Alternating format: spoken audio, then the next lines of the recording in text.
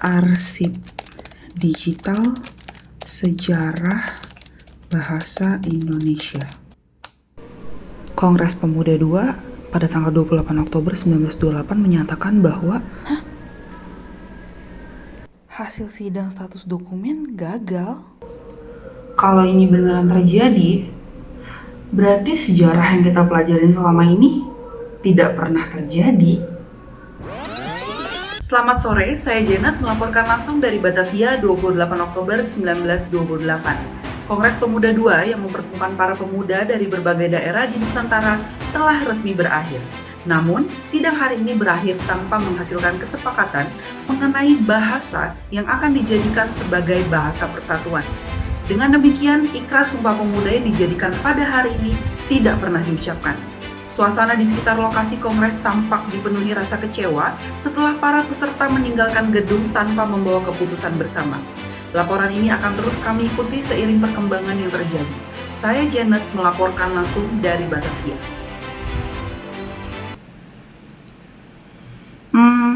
Wait.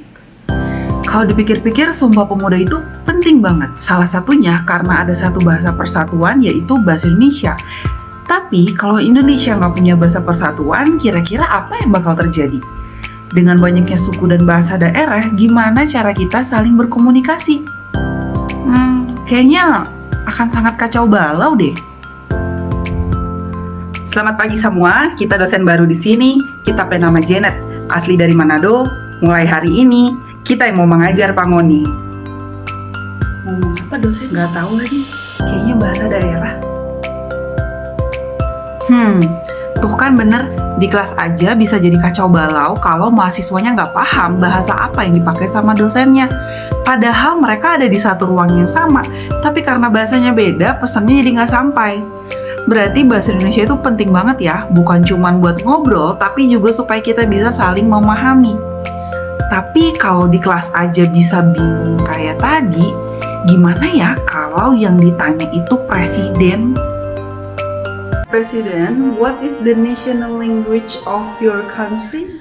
Okay, our people speak many languages, like Javanese, Sumatra, Bugis, Manado, and many others. So, what language represents your nation? We have many languages, but one national language?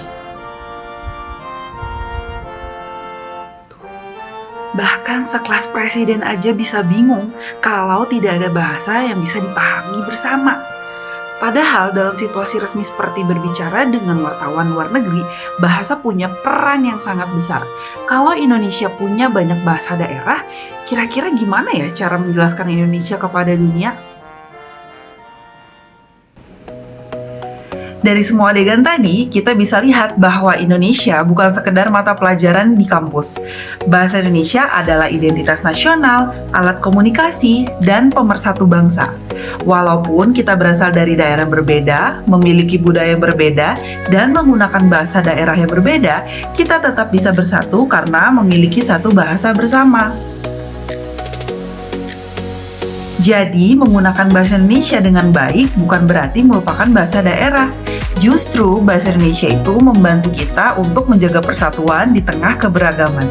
Karena dengan bahasa Indonesia, kita bisa saling memahami.